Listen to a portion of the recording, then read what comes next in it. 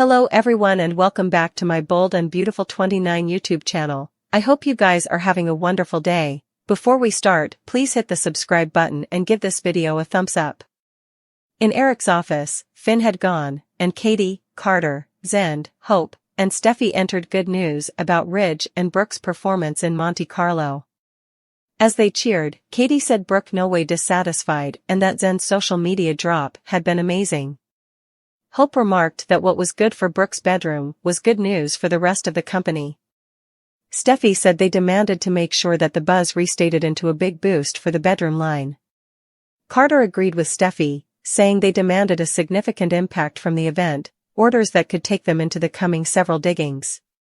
Steffi was cautiously auspicious, but Hope felt that Theco CEO should be suitable to put her passions for Brooke away en route for the bedroom line because that was stylish for Forrester. Claiming her passions had nothing to do with it, Steffi began to say commodity about running the company. With your father, Hope fitted before Steffi could finish. Steffi said she wanted the relaunch to succeed, but they had to see. Latterly, Carter praised Zende's videotape, which he would put together in lower than 24 hours.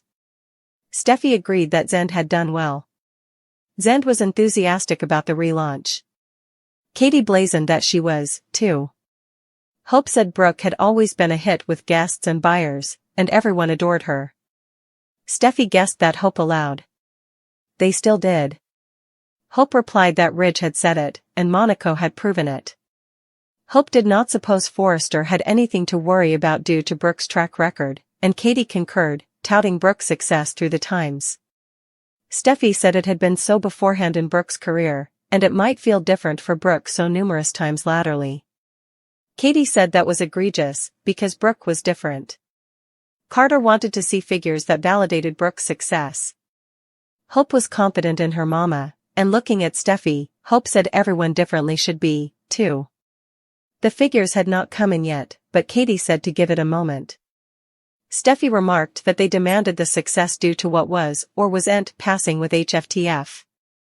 Steffi began to bring up issues, with rent at their posh boutiques being one of them. Hope noted that it was not all her line's fault, but Steffi stated that word had gotten out that Thomas was not designing for HFTF.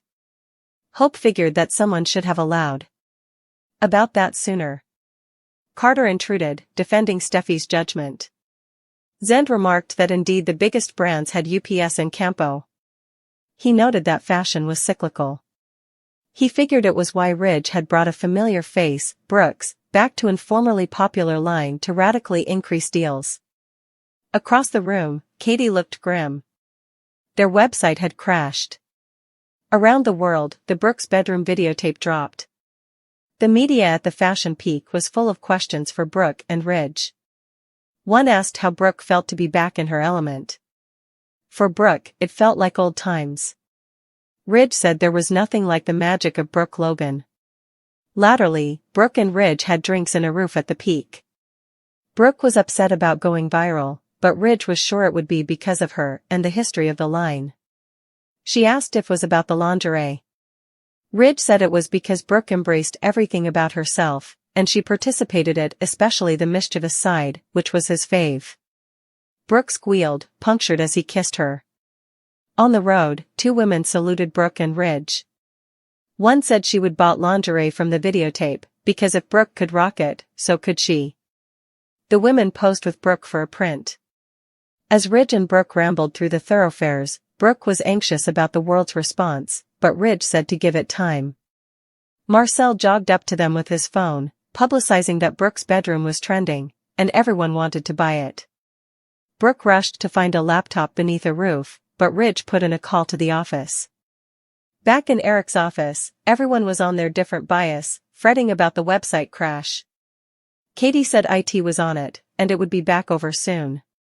When Ridge called, Steffi put him on speaker and told him that they were on it.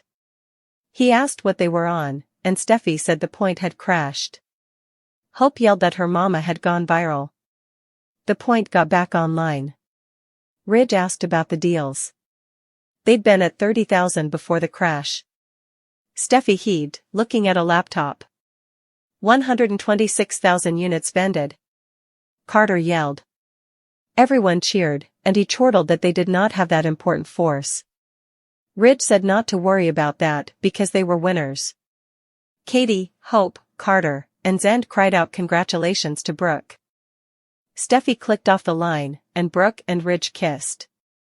After the call, Katie continued to cover deals. It was nothing like Katie had ever seen.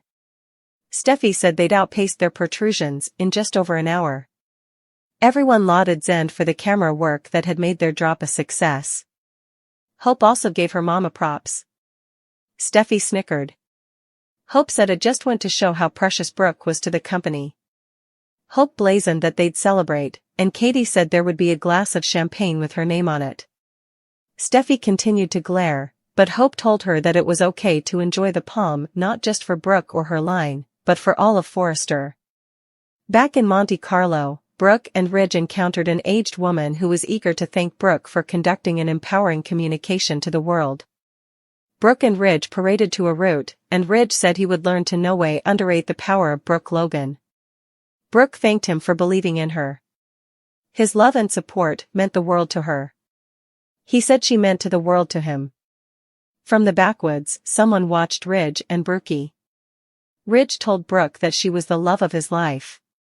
He wanted her no way to mistrustfulness it. "My Logan," he uttered. She said, "My Ridge." As Brooke and Ridge kissed, Taylor, who was the person in the backwoods, called Steffi. Steffi blabbed that it was good to hear from her.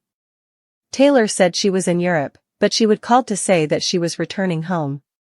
She'd call soon with the details. In Luna and Poppy's apartment, Poppy claimed she did not know how the pack had gotten there, but she said Bill knew all about the false claims and Poppy's relationship with Tom. She said Bill understood it, and Poppy demanded Luna to understand it, too. Poppy claimed she had always believed Bill was Luna's father, but she would had moping dubieties that Tom might be right. Poppy revealed that she would seen Tom again when he would revealed water on her at Il Giardino, and he would delivered pizza to the house. Flashing back it, Luna asked if it had been the night of the musicale. Affirming it, Poppy said it was when she would taken matters into her own hands. Poppy asserted that she would had nothing to do with killing Tom. She'd been intent on stopping Tom's falsehoods, not killing him. She demanded Tom to accept that Bill, not Tom, was Luna's father. Luna picked that Poppy had done it the night he would failed, and she asked why Poppy had not told her. Poppy claimed to be trying to cover Luna, not to stress her about Tom. Poppy figured Tom had sneaked the pack there for Luna to find. Poppy did not know anything except that Bill was Luna's father. Luna noted that the only person querying it was dead. Poppy claimed she had not had anything to do with the deaths. Poppy wanted Luna to trust her and help her through it with the same Nozawa power they always had. The women hugged, and Poppy decided to head to Bill's house. Luna said she would show up there laterally. In Eric's office, Carter, RJ, and Katie saluted Brooke and hailed Brooke's successful launch. Ridge said Brooke's bedroom was back and better than ever, and RJ noted that the line was still trending. Brooke wondered what she and Ridge had missed and if there was any news about the murders at Il Giardino. Latterly, Carter ended a call with a contact and informed everyone that there was nothing new, but the police were considering all possibilities. Ridge said not Sheila, and RJ wondered who differently would run around killing people. Carter remarked that it might have been accidental overdoses, but Katie replied that until it was proven, they should all be on guard. Katie suddenly decided she had nearly to be. She left, and Brooke wondered what was going on with her family. Carter took off to check on Katie. RJ entered a communication from Luna, who wanted to see him. Ridge reminded his son to bring him a pizza.